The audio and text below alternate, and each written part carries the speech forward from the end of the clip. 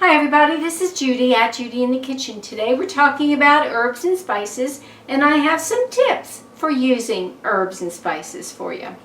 If it's at all possible, try growing herbs that you use most often. Growing them outside during the warmer months is a great way to keep your own supply of fresh herbs. You don't have to have a large yard or a garden for it. You can put them in a pot on your patio and they'll serve you just fine that way. Just don't neglect them. Make sure you water them when they need it. During the colder winter months, you can bring a pot of them inside or start another pot of them indoors and have them growing as a houseplant if you want in a sunny location, and they'll serve you well for when you need some fresh herbs. You can just go snip some off of your little plant. Remember that the flavor of dried herbs is stronger and more concentrated than the flavor of fresh herbs. A general rule of thumb is when you would use 3 parts of a fresh herb, you would only use 1 part of that same herb in the dry form. In other words, if a recipe calls for a tablespoon of chopped fresh parsley, then you would use 1 teaspoon of dried parsley flakes.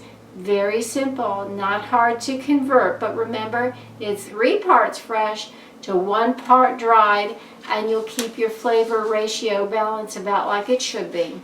It's good to know that whole spices do keep their fragrance and their flavor a lot better than the spices that have been ground up.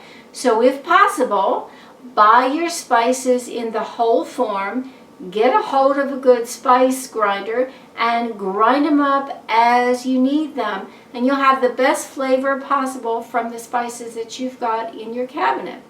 Here's a good one to know. Add dried herbs early in the cooking process.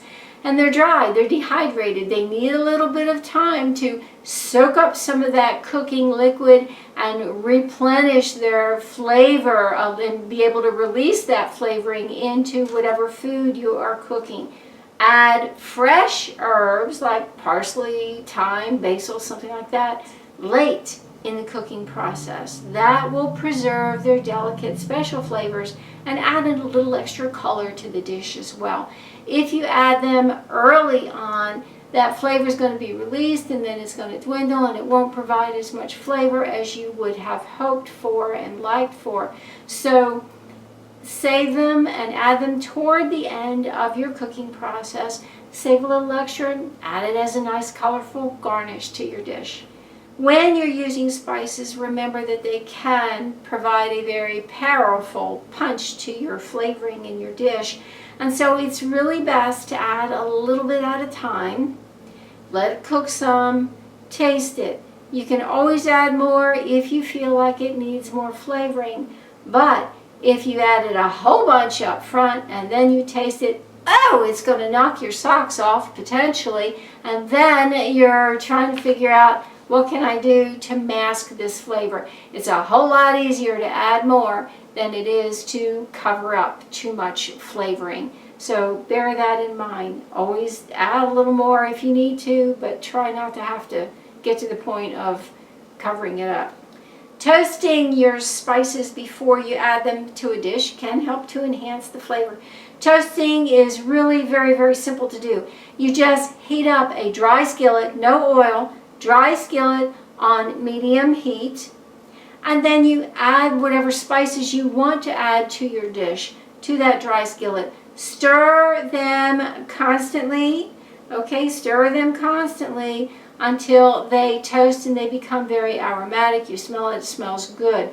Don't allow them to overcook because they can burn easily and be ruined, and then you're going to be tossing them out. You'll be mad at me and you'll have to start all over again.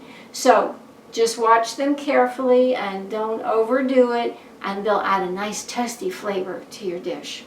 So with a little bit of thoughtfulness, a little bit of planning, we can enjoy many, many flavors in the herbs and spices that are available to us. Let me know if you have any other tips for usage of herbs and spices. This is Judy at Judy in the Kitchen. Bye for now.